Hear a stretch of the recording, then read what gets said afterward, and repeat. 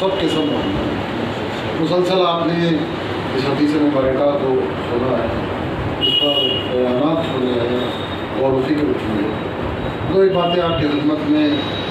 اپنے ایمان کے حوالے سے عرض کرنا چاہتا ہوں کہ یہ وہ علی ہے کہ جس کو اپنے دل کی حسرتیں نکالنے کا موقع ملا۔ اب آپ کہیں گے کہ بھائی سب کو اپنی حسرتیں نکالنے کا موقع ملا یا نہیں ملا، یہ آپ نے کیسے کہہ دیا کہ امام رضا ہے؟ عزیزو، مولائے کائنات نے یہ جملے کہے تھے کہ اگر میرے لیے مسند علم بچھا دی جائے تو میں اہل توریت کو توریت سے، اہل انجیل کو انجیل سے، اہل زبور کو زبور سے جوابات دوں۔ مولا نے یہ جملہ تو کہا لیکن مولا کی یہ حسرت نہ نکل سکی۔ خدا کی قسم، وہ پہلا علی تھا کہ جس نے یہ دعویٰ کیا تھا، یہ تیسرا علی ہے کہ جس نے اس وعدے کو پورا کر دیا، اور جب عیسائی آئے تو ان کو انجیل سے جوابات دیے، یہودی آئے تو ان کو توریت سے جواب دیے۔ یہ شامی علی ہے، اس لیے کہ عیسائی کریں کہ تم جو ہے وہ، لیکن میرے مولا نے کس نے خوبصورتی کے ساتھ جو ہے ان کو جواب دیا، کبھی تمہارے قرآن میں ذکر ہے عیسیٰ کا، پھر کیوں نہیں مانتے تم؟ کیا ہم تین ہی میں سے ان کو یا تو جبرائیل ہیں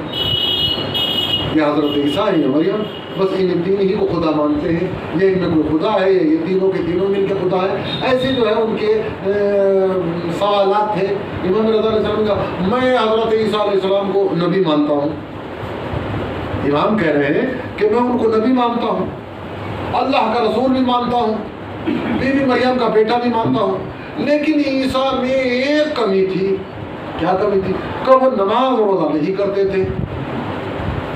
عیسائی بدک گئے، پریشان ہو گئے، کیسی باتیں کر رہے ہو؟ عیسیٰ جو ہے مسلسل روزے رکھا کرتے تھے، رات بھر عبادت کیا کرتے تھے۔ جب امام نے کہلا دیا کہ وہ روزے بھی رکھتے تھے، نمازیں بھی پڑھتے تھے، روزے بھی رکھتے تھے، نمازیں بھی پڑھتے تھے، امام نے پلٹ کر کہا تو یہ بتاؤ کہ وہ کس کے لیے روزہ رکھتے تھے، کس کی نماز پڑھتے تھے، کس کی عبادت کرتے تھے؟ پر جو جس کی عبادت کرتے تھے وہی وہ ہے کہ جو میرا بھی خدا ہے، عیسیٰ کا بھی خدا ہے۔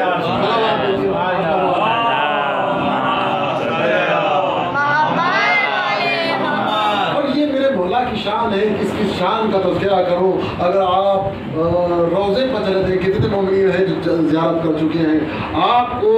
جس سمت نگاہ اٹھا کر دیکھیے، انسان تصورات میں سوچتا ہے کہ جنت ایسی ہوگی ایسی ہوگی، خدا کی قسم وہاں پہنچ جاؤ آپ کو جنت کے سارے نظارے وہیں پر مل جائیں گے۔ انسان سوچتا ہے کہ ہمیں جنت کا کھانا کیسا ہوگا، دسترخوان امام رضا علیہ السلام پر پہنچ جاؤ، نصیب سے ملتا ہے، وہ جنت سے کم کھانا نہیں ہے بلکہ بالکل جنت کے برابر کھانا ہے۔ سلامات اور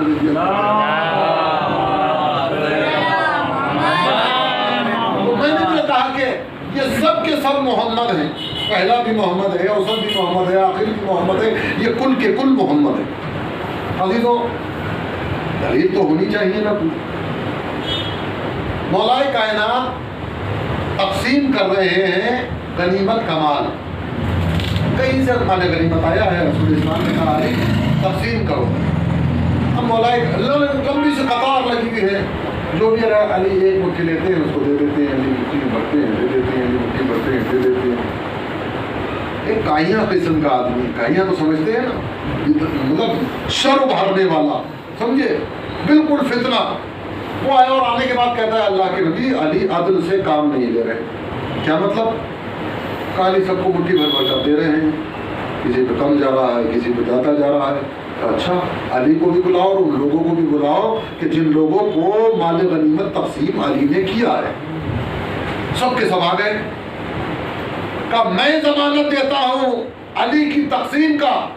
یہ جتنا مال لوگوں نے اپنا اپنا رکھا ہے ترازو پر رکھ لو، اگر سب کا سب برابر نہ نکلے، ایک جو کے برابر بھی فرق نکلے تو گناہگار میں ہوں، اس لیے کہ علی کا ہاتھ نہیں ہے، میرا ہاتھ ہے۔ اندازہ لگا لیا آپ نے؟ یعنی یہ ہمیں کیسے پتہ چلے کہ یہ سب کے سب محمد ہیں؟ رسول اسلام نے کہا کہ علی کا ہاتھ اپنا ہاتھ نہیں ہے، میرا ہاتھ ہے۔ حبیب خراسانی ہمارے مسلک کا نہیں، اہل سنت سے تعلق رکھتا ہے، خواب دیکھتا ہے کہ میں حج کرنے کے لیے گیا ہوں، طواف خانہ کعبہ میں مصروف، یہ خواب کے عالم میں دیکھ رہا ہوں۔ کسی نے کہا کہ سرکار دو عالم مسجد ابوذر میں بیٹھے ہوئے لوگوں سے ملاقات کر رہے ہیں۔ اچھا یہ جو ملاقات ہے یہ عام ہے، کوئی بھی جائے اور جانے کے بعد رسول اسلام سے ملاقات کر لے۔ یہ کہتا ہے کہ میں نے جلدی جلدی طواف کو مکمل کیا ہے۔ عزیزو، اس حدیث سے، اس روایت سے ایک بات تو میری سمجھ میں آ گئی کہ اگر کہیں پر زیارت کا موقع ہو تو عبادت میں تخفیف کی جا سکتی ہے، جلدی کی جا سکتی ہے۔ بات ذہن کے اندر پہنچی کہ نہیں پہنچی؟ کہتا ہے کہ میں نے جلدی سے طواف کو ادا کیا اور میں دوڑتا ہوا مسجد ابوذر تک پہنچا، دیکھا کہ لائن لگی ہوئی ہے، لوگ جو ہے کوئی رسالت مآب کے ہاتھوں کو چھو رہا ہے، کوئی پیروں کا بوسہ لے رہا ہے، اور سرکار دو عالم سب سے جو ہے وہ بڑی شفقت اور مہربانی سے گفتگو کر رہے ہیں، ان کے سوالات کے جواب دے رہے ہیں۔ میرا نمبر بھی آ گیا، میں نے رسول اسلام کے ہاتھوں کا بوسہ دیا، پہلوئے سرکار دو عالم میں بیٹھ گیا، رسول اسلام کے پہلو میں خرموں کا بھرا ہوا طبق رکھا ہوا تھا، اللہ کے نبی نے ایک مٹھی لی اور لینے کے بعد میرے حوالے کر دی، میں نے ان کو لیا، آپ جو گنا تو 18 تھے۔ یہ رات کو خواب دیکھا، بیدار ہو گیا، اب جو صبح کو گھر سے نکلتا ہے تو خراسان کی مسجد کے اندر اس کو یہ خبر ملی کہ امام رضا جو ہے وہ مسجد میں آئے ہوئے ہیں اور عام لوگوں سے ملاقات کر رہے ہیں، کسی کو جو ہے وہ مناظر نہیں ہے، جس کا جی چاہے رات میں رسول اسلام سے ملاقات کر چکا ہے۔ مسجد کے اندر قدم رکھا، اب جو دیکھا جیسے مسجد ابوذر میں گیا تھا اور رسول اسلام جس شان سے بیٹھے ہوئے تھے، امام رضا اسی شان سے بیٹھے ہوئے ہیں، لوگ آ رہے ہیں، کوئی ہاتھوں کا بوسہ لے رہا ہے، کوئی پیروں کا بوسہ لے رہا ہے۔ یہ کہتا ہے کہ اچانک میرا بھی نمبر لگ گیا، میں نے جو ہے اپنے مولا کے ہاتھوں کا بوسہ دیا، مولا کے پہلو میں بالکل ویسا ہی طبق رکھا ہوا تھا جس کے اندر خرمے تھے، ایک مٹھی لیے اور لینے کے بعد میرے حوالے کر دیے، میں نے جو ان کو شمار کیا تو 18 تھے۔ میں نے اپنی تشویش میں مولا سے کہا، مولا کچھ اور عنایت نہ کریں گے کہ اگر رات میرے جد نے تجھے 18 سے زیادہ دیے ہوتے تو میں بھی دیتا۔ اب آپ سمجھے کہ پہلا بھی محمد ہے، آخر بھی محمد ہے، سب کے سب محمد ہے، جو دیتا ہے وہ برابر دیتا ہے۔ صلوات پر محمد، ایک اور صلوات بھیجیے۔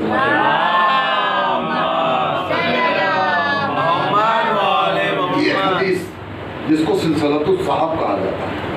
بغیر اس کو بیان کیے میری بات مکمل نہیں ہو۔ جو زائرین گئے ہیں نیشاپور کی زیارت ضرور کی ہو، وہ جو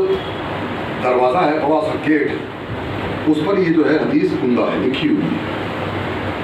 کیا حدیث ہے؟ کلمۃ لا الہ الا اللہ بسم کلمہ لا الہ الا اللہ، یہ بہت طویل حدیث ہے، سینکڑوں ہزاروں کتابیں اس کی شرح میں لکھی جا چکی ہیں ایک حدیث میں، کہ شاید امام کا مقصد یہ ہو، یہ ہو، یہ ہو، یہ ہو، سب نے اپنے اپنے علم کا اظہار کیا ہے۔ مامون ملون نے امام کو مدینے سے بلایا، اتنا بڑا غیب ہو گیا ہے، چھٹے امام کے آخری عمر کے حصے بھی نظر بندی میں گزرے، ساتویں امام کی پوری زندگی قید خانے میں گزری،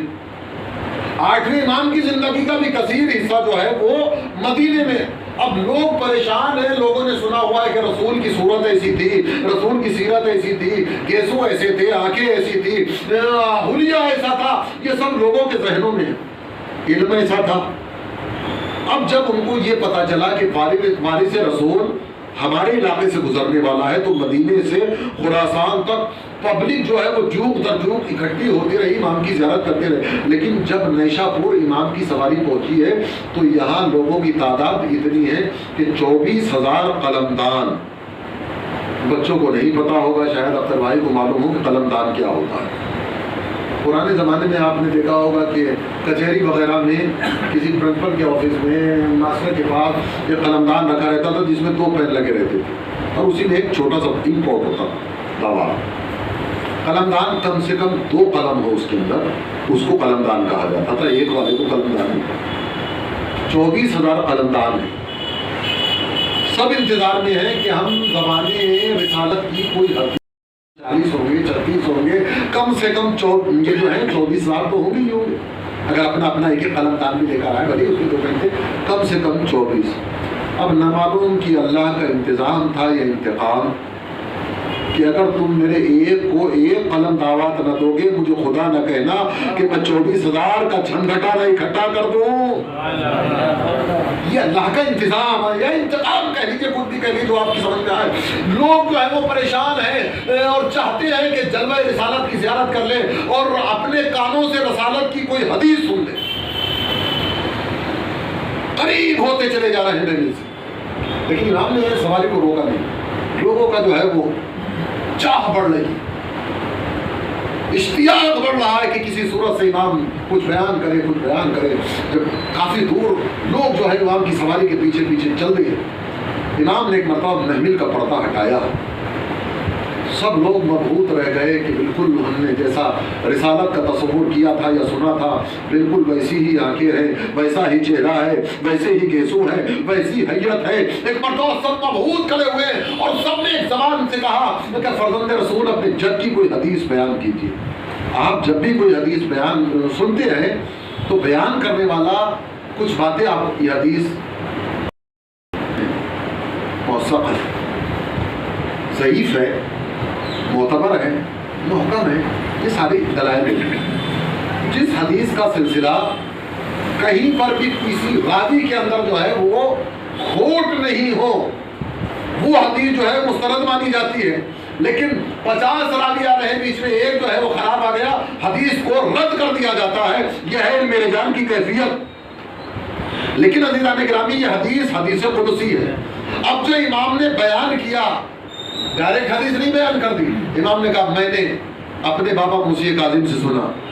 میرے بابا نے اپنے بابا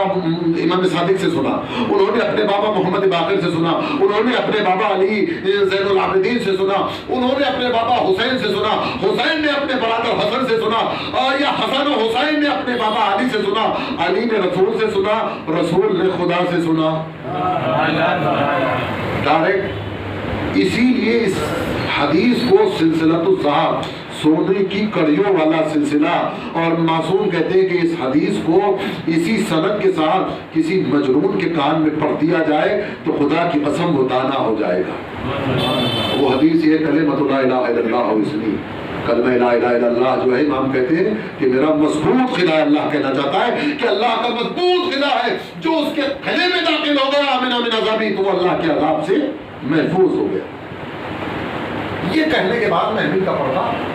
گرا حدیث تو بیان کر دی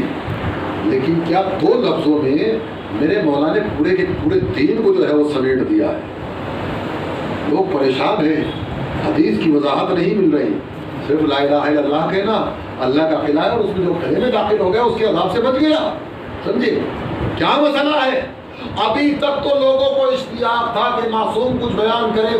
کرے اور ہم سنے جب تھوڑی دور امام کی سواری پہنچی اب امام نے جو ہے محمل کا پردہ اٹھایا اور اس کے بعد لوگوں کو مخاطب کیا ایھا الناس بشرطھا و شروطھا اس کلمہ لا الہ الا اللہ کے ساتھ کچھ شرائط ہیں اور ان میں سے ایک وانا من شروط اور ان میں سے ایک میں ہوں ہم تو یہ سمجھ رہے تھے کہ امام شرطوں کے سلسلے میں نماز کو بیان کریں گے روزوں کو بیان کریں گے حج کو بیان کریں گے امام نے ایک جملے میں پوری کی پوری شریعت کو سمیٹ دیا کہ نماز بھی ہمیں ہے روزہ بھی ہمیں ہے حج بھی ہمیں ہے یہ یوں سمجھ لیجئے گا نماز قبول نہیں ہوگی بغیر ہمارے حج قبول نہیں ہوگا بغیر ہمارے زکات قبول نہیں ہوگی بغیر ہمارے ملا کے